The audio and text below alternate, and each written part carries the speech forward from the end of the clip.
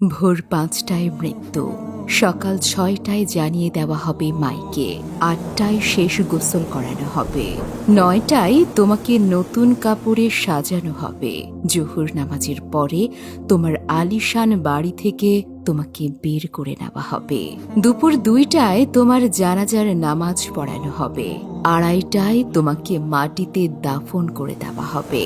মাটি দেওয়া শেষে কেউ তোমার জন্য দোয়া করবে আর কেউ চলে আসবে।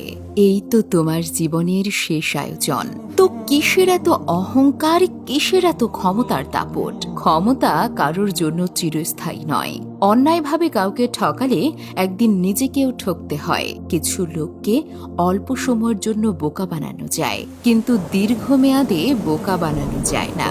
স্বাধীনতা অর্জনের চেয়ে রক্ষা করা কঠিন। বহু বিজয়, বহু আনন্দ, বহু গর্ব অহংকার আমরা দেখেছি, আবার অল্প সময়ের ব্যবধানে তা হারিয়ে যেতেও দেখেছি।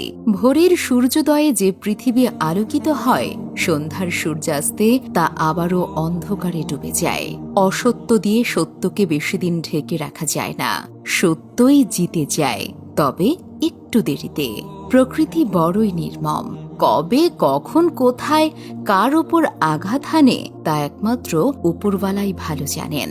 শরীরে শক্তি আর ক্ষমতা আছে বলেই সব জায়গায় সেটা প্রয়োগ করতে যাবেন না। কখন যে কোথায় আটকে গিয়ে মাটির সাথে মিশে যাবেন তা আপনি নিজেও বুঝতে পারবেন না। অহংকার আর দাম্ভিকতা পতনের লক্ষণ। তাই অহংকারী না হয়ে সহনশীল হন। আল্লাহ সুবহানাহু ওয়া তাআলা ১২ ঘন্টা রাত আর ১২ ঘন্টা দিন নির্ধারিত করে দিয়েছেন। নিশ্চয়ই দুঃখের পরেই আছে সুখ। এটাই আল্লাহর নিয়ম। নয়তো সুখের আনন্দ কিভাবে বুঝবেন? মনে রাখবেন, আপনার চেয়ে বড় বড় পালোয়ান, বড় বড় নেতা এই পৃথিবীতে পরিস্থিতির বেড়াজালে আটকে পড়ে ধ্বংস হয়ে গেছে। শক্তি, ক্ষমতা আর অহংকার কোনোটাই চিরস্থায়ী নয়। তাই আসুন সবার সাথে বিনয়ের সাথে কথা বলি।